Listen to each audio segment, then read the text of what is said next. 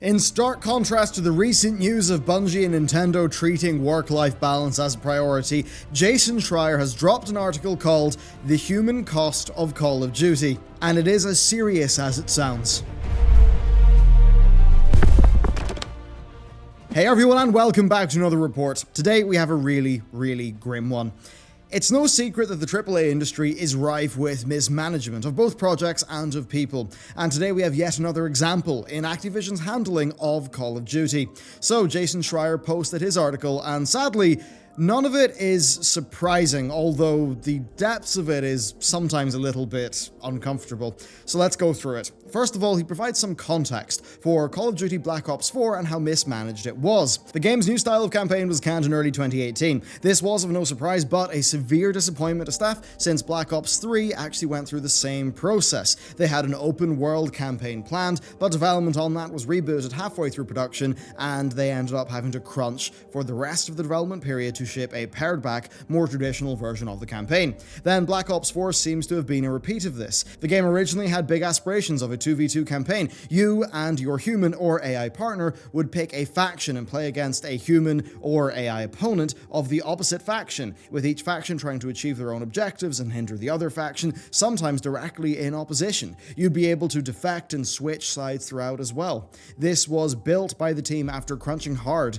to finish it before Christmas of 2017, but everyone in the studio supposedly handed it in and were excited by their progress, including the heads of the studio.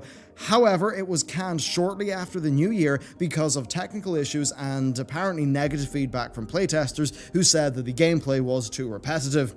After that, they decided to fully move towards a more traditional campaign full of set pieces. This resulted in a bunch of morale problems in the team because the devs were genuinely excited for the project.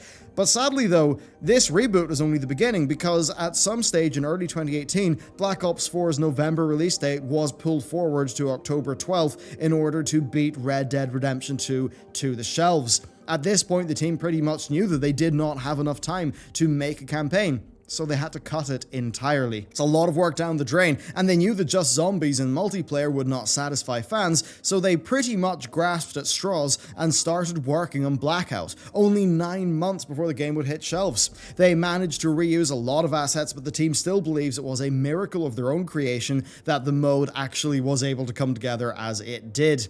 And of course, from my view, that all just too eerily echoes the BioWare magic that we've heard about from past stories. The real story of all this, though, is the cost. In order to meet this new date and ensure the Blackout was up to standard, the entire studio crunched through basically all of 2018. This apparently meant working 64 hours a week, with one dev saying they would work 12 hours a day Monday through Thursday, a regular 8-hour day on Friday, and then they just cap it off with an 8-hour workday on Saturday. Sometimes they do 12-hour Fridays or even come in on Sundays. Another Treyarch developer described working like that to Jason, saying, "Panic attacks, burnout, and disassociation. You feel like your boundaries are being violated, you lose all passion for what you're doing, and forget why you're doing it in the first place. It's a nightmare." Now, sure, that might sound a little bit dramatic, but that seemingly is the story told across the AAA industry by many who are really forced by circumstance to work these really long hours to meet management's demands. Now, that's not to say that they were not financially compensated, with them getting time and a half past 8 hours and then double time past 12 hours. So because of that, it became lucrative for some employees, but it absolutely was at the cost of their well-being. Now, for some, probably at the lower end of the pay scale, they had to rely on this to pay the bills of LA, which is of course a notoriously expensive city. In fact, just the way that game studios continue to set up in LA, to me, it's mind-boggling. As engaging with the local industry, that is important, but the cost of living there must drive up the cost of game development so much. Take CD Projekt Red as a counterpoint. They're based in Poland, where a single dollar will get you a hell of a lot further, meaning that their developers can still have a higher quality of life living there while they keep the cost of game production down. It just is odd to me that LA seems to still be so competitive in spite of that high price. So we've heard how the Treyarch developers are generally treated, but when it gets to QA, While QA are basically a second-class citizen, Jason opens his article by saying that the QA team were only allowed to attend a company-wide party for 20 minutes before they had to go back to work, and they were told that they, quote, really shouldn't drink anything. One of the most extreme examples of how it's run is this. The QA department runs day and night shifts, and the air conditioning was turned off when the day shift ended, even though the night crew would be working with rows and rows of computers heating the office in California's summer temperatures, which still are very hot at night. It took them months of petitioning to get the AC left on at night, and even then they couldn't rely on it. They would joke internally about being in a sweatshop, and that's exactly what it was. Past that, they have mandated break hours instead of the freedom that other departments have to take their lunch or dinner whenever they want to. Now, this next bit sounds insane to me, but it supposedly is true. When there's catering during crunch, the QA department are not allowed to touch the food bought for other departments for an hour, if at all. They're effectively waiting on the scraps from the real developer's table, which is just utterly dehumanizing. That's not it though. They're also physically isolated. QA have their own floor where they're packed in like sardines. They have their own parking lot that is further away, and they're not even allowed to talk to developers. One developer said that they were explicitly told to go to QA leads and not to interact with QA team members. Apparently this got so bad that some QA and development staff had to keep friendships quiet so that management would not know they were communicating. In general, QA testers were apparently the butt of every joke and would get a lot of blame passed down to them, on issues with the game. They were essentially an isolated, untouchable lower class that were treated like a scapegoat. And as a result of this, the testers had a high level of churn, with turnover happening every few months, which did not help their significant issues with training and performance. They're blamed for not finding bugs when they barely have enough time, are severely overworked, and have just about no say on anything with the project. But it gets worse. QA are not the worst example of a class of people being below the rest. Why? Because, like in many large productions, Activision and Treyarch heavily rely on contractors to get a lot done and to scale up their capabilities quickly when necessary. Now, because these contractors are not proper Treyarch employees, despite sometimes working on the game full-time for years, they're not eligible for bonuses. As one contractor put it, when we see a bunch of new testers come in and the bonuses go out, it kind of feels bad for us. Now, contractors definitely are a separate category to full Treyarch employees, so they even have like a different employee badge, an orange one instead of a blue one, which, it does make sense, but also the psychological effects of wearing a symbol that denotes your lower rank in a system like this. It's different in, say, the military or something, but I think here it is a little bit different. It is a bit more just psychologically demeaning. Now, Jason gives an example of an all-hands meeting, right, that involved the entire studio having employee surveys about the quality of life working there. And of course, the contractors were excluded from that survey entirely, even though they effectively were full-time employees working in that building, just technically they were with another organization. So essentially, they're not listened to in any capacity, and there's just an unspoken and unaddressed culture of them being inferior, where they basically don't feel like they can talk to senior employees because they're just contractors. They're also a lot easier to get rid of and replace, really just because of the nature of contract work. Now, usually there's a fair trade-off there for contract work, but it's a little different, I think, when contractors are relied on year in, year out for a long time without ever getting hired. Like we recently heard with NetherRealm Studios, contractors are constantly promised there's a full-time job at the end of the grueling crunch period, and the good performance could secure a position, but the carrot is often dangled and never actually rewarded. They were not paid very much for what would be considered skilled labor, with experienced contractors getting $20 an hour, which isn't far above the California minimum wage of $12 an hour. Plus, you've got to just remember how expensive that particular part of California is to live in.